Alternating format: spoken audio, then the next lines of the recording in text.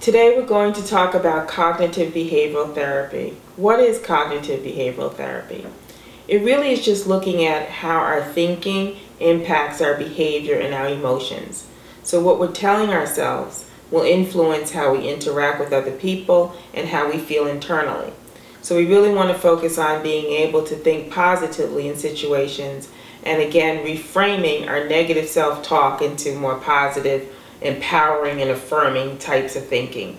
So let's say, for example, you're going to an interview and they requested that you bring your resume and you forgot to bring it and you're halfway there in your car and you realize, I forgot it.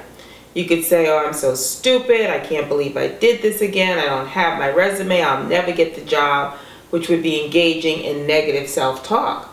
Or you could reframe that and say, it's not awful, it's not the end of the world, it's not a catastrophe, I forgot my resume, but I'll go in and I'll let them know that I can email it to them later. Maybe even I'll get there a few minutes early and I'll be able to email it and print it to myself to give to them.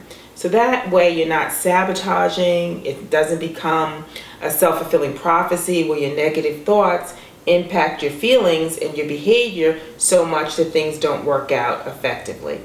So let's take a look at what I say in Blooming again about cognitive behavioral therapy and how we can manage our mind and our thoughts. To use the catastrophic thought technique, first have an awareness of your perception or judgment of the event.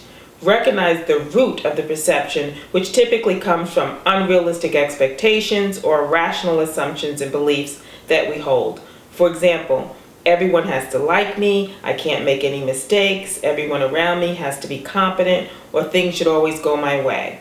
Next, work at disputing the irrational assumptions, such as, it's only important that people I love care for me and love me back, or I've made mistakes in the past and nothing terrible happened. Finally, reinterpret the perception in a more positive way. By recognizing that things could always be worse, you could say to yourself, this could be worse if I didn't have any skills or abilities to find another job, but I do. Identifying something good in the bad situation. For example, think, I no longer have a 2-hour commute and can find a job closer to home.